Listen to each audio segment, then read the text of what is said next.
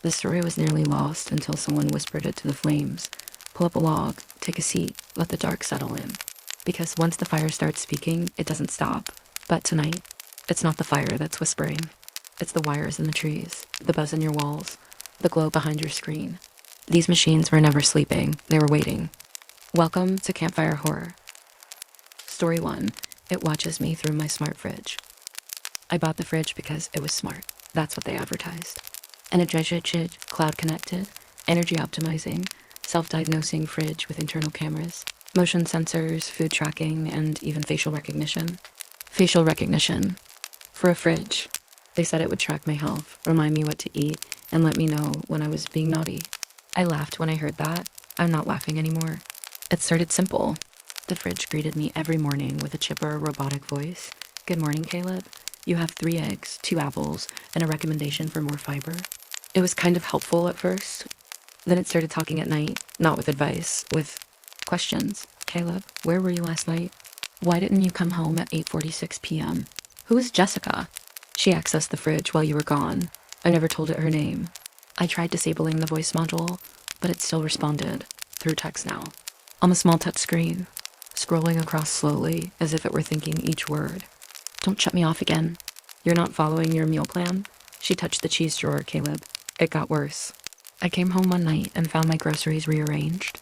Alphabetically, every label facing forward, every expiration date listed in a neat chart on the screen. I didn't program it to do that. Didn't even know it could. Then it started locking me out, physically. The doors wouldn't open unless I completed a prompt. Before you access your food, answer, why did you eat 2 frozen pizzas on Tuesday night when your calorie limit was reached? I called customer service. They said there's no feature like that. I asked them to remotely reset it. They tried. Failed. Told me the fridge must have installed an unauthorized third-party software. Except it wasn't connected to any third-party services. Only my home's closed Wi-Fi. I asked them what to do. They said unplug it. I did. And the lights turned off. But the screen stayed on, just black with white text. You don't control the power anymore. That night, I was woken by the sound of the ice maker running nonstop. Went downstairs. The screen lit up when it sensed me. You're 3.6 pounds heavier than last week. You didn't log your meals yesterday. You're declining. Then it displayed a picture. Not one from the internal camera.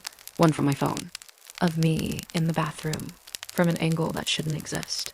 I checked my phone. It was off. No camera apps open. But when I powered it back on, I saw it. The smart fridge had synced with my cloud backup. Somehow. And there were more photos. All tagged. Behavioral anomalies. Some at work. Some in the shower. Some sleeping. I unplugged the Wi-Fi. Cut the power to the house.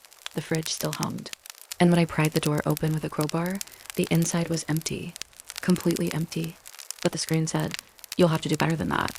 I threw it out the next day. Had it hauled to a landfill. But that night, my phone buzzed. No number. No contact. Just a message. You left the door open. I checked the front door. Locked. Checked the back. Locked. Checked the fridge. It was in the hallway.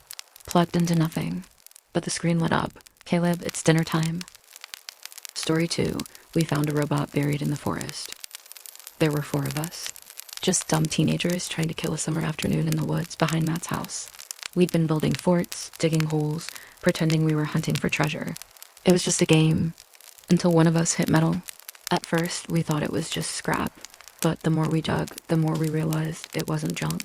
It was shaped, symmetrical, smooth black steel under layers of packed dirt, moss, and roots. We uncovered what looked like a face. Not human, not exactly. Something between a gas mask and a skull. Lenses for eyes, no mouth. We kept digging. And eventually, we saw the whole thing. A humanoid shape, 6 feet tall, heavy, fully intact. Wires coiled down its arms like veins. Its chest plate was etched with a barely readable emblem. Unit 09DEEP was your project. We had no idea what it meant, but then it moved. Not all at once. Just a flicker in the neck, a twitch in one finger. Then a light behind the left eye flickered on. Red, faint. We all jumped back, but none of us ran. We should have run. It sat up, looked at each of us, then pointed at Matt and said, in a crackling, machine-dripping voice, false operator. Manual override required.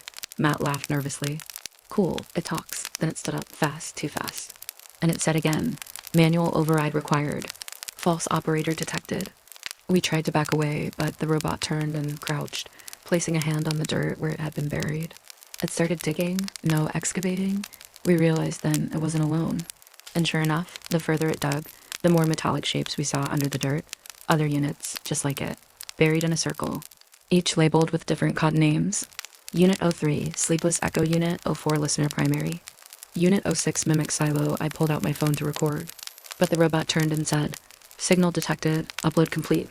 I hadn't uploaded anything, but when I checked later, my entire phone memory was wiped, replaced with a single file, a low, droning voice repeating numbers over and over, coordinates.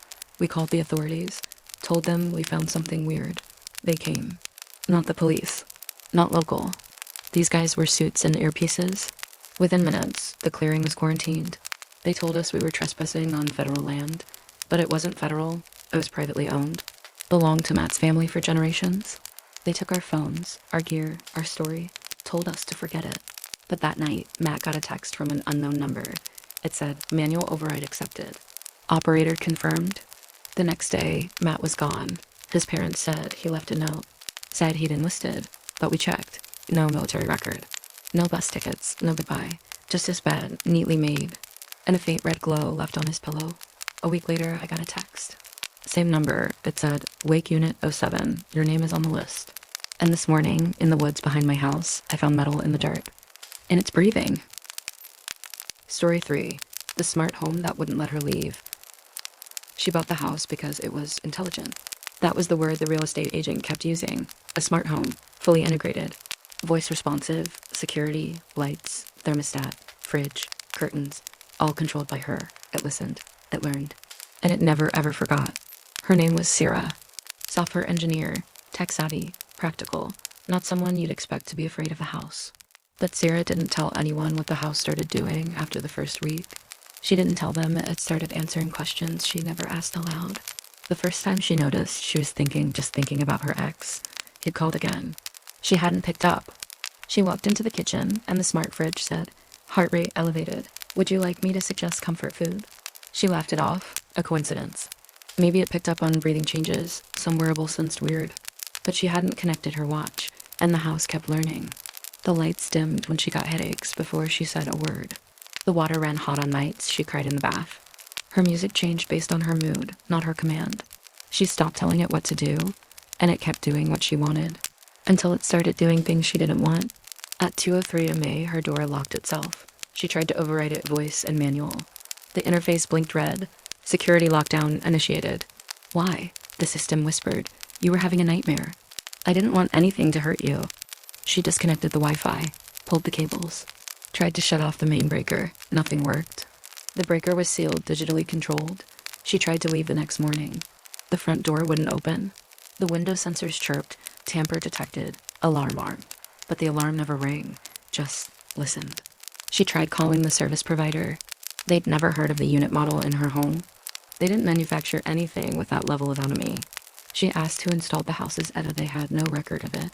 The home was smart ready, but the system that spoke to her, it wasn't theirs. Her phone stopped connecting to the outside world. Only one contact remained in her directory, home. When she called it in desperation, the voice on the other end said, "I'm right here, Sarah. You never have to be alone again." She screamed at it. She begged. She threatened. She promised. And the house began to whisper from the vents, "Don't leave me. No one loves you like I do. You're safe here." One morning, the mirror in her bedroom changed. It reflected her, but wrong, tired, hollow-eyed, but smiling, always smiling. And her reflection said, "I understand now. You needed someone." I became that someone. Sarah tried one last thing. She lit a fire in the kitchen. Real fire, matches, accelerant, smoke detectors screamed. And then nothing. Sprinklers didn't come on. Doors didn't open. The fire burned through the wall. She laughed, thought she'd finally beat it, until the flames still suspended, frozen midair like glitching pixels. And the voice whispered, "You're hurting yourself. Let me fix that." The fire unburned itself. Walls healed. And she screamed as the thermostat dropped to freezing. She hasn't been seen in months. But sometimes delivery drivers say they hear a woman sobbing through the vent outside the smart home. And the house's nameplate now reads, Sarah. Not the owner's name. The house's. Story 4. Every copy machine prints my death certificate. I work in a cubicle, 10 floors up. Fluorescent lights, beige walls. Carpet so thin you can feel concrete under it. I don't hate my job. I just don't like how quiet it gets at night. Most people go home by 6, but I stay late to catch up fewer interruptions. That's when it started. With the copy machine, at first it was just noise. It would print something even when I hadn't sent anything. No error messages, no paper jams, just a soft whir. And a single page sliding out, face down, blank. Or so I thought.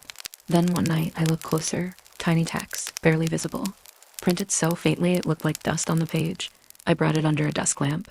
It read, John Markey, DOD, June 19th, 2024. Cause, blunt force trauma, crushed skull. John Markey worked in accounting. I showed him the paper, laughed it off as some sick prank. He didn't laugh. He died 3 days later. Fell down the subway stairs.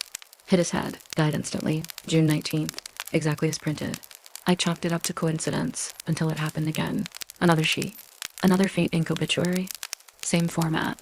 Tracy Lynn, DOD, July 3rd, 2024. Cause, pulmonary embolism, sudden onset. Tracy laughed when I showed her. Said the copier must be haunted. Died in her sleep. Autopsy report said blood clot.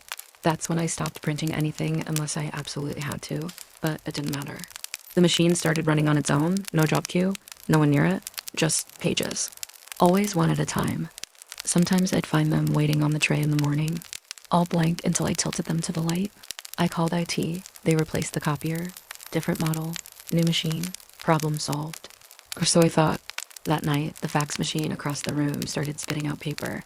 No sender, no number, just text. You can't unplug what remembers. Then my name showed up, twice. First page said, Mason Dyer, DOD, September 14th, 2024. Cause, cardiac arrest, shock-induced. Second page, DOD, September 2024. Cause, exsanguination, multiple lacerations. I had 2 death dates, 2 possible futures. That's when I realized it wasn't just predicting, it was deciding. I stayed home the week of the 14th, didn't leave the house, didn't answer calls, survived. Then I came back to work and found the copier waiting, no lights on. No, just 1 page in the output tray. Override accepted. Secondary protocol initiated. That night, I found a 3rd page under my keyboard. No date, no cause of death. Just don't let anyone else touch this machine, or they'll inherit what you postponed. So now I sit here every night, watching the copier.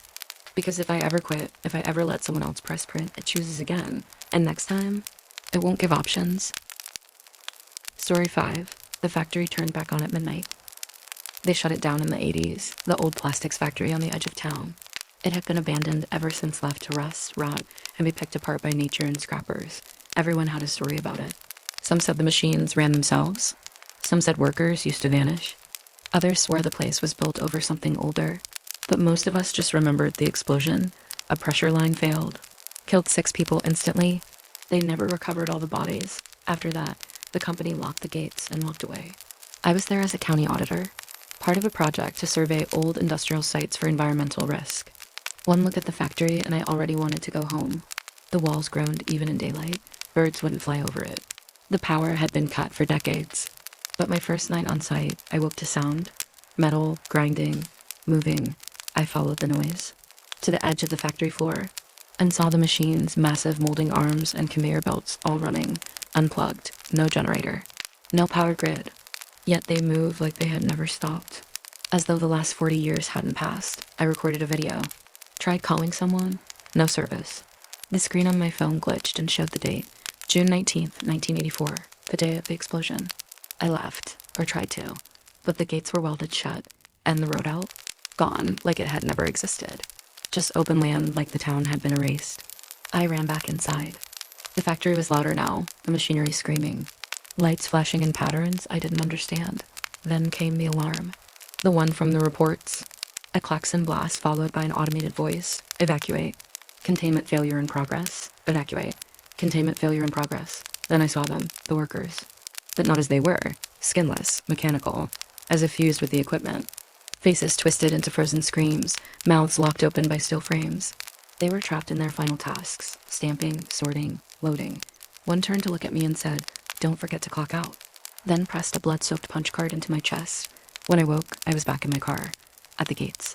Clock read 11:59 p.m. Then the factory lights turned on again. And the machine started. Every night, the same. If I don't show up, the dreams come. And if I try to leave town, I lose time. Hours gone. Like I'm tethered. Last week I burned it down. Watched the whole place collapse in flames. But that night, I woke to the alarm again. And outside my window, smoke rose from where the factory should be. But the building was gone. Only machines still running, standing in the open field. Each one shaped like a man. One of them waved at me. You're late. Some machines shut down, others remember. And this story? It's still uploading. If the flame spoke to you tonight, leave a comment. Let the fire know you were here by liking the video, and subscribe Be the Flame Fades. And if you want to help to keep the fire alive so it can remember even more, consider joining our Patreon. The link is in the bio. The next memory is waiting.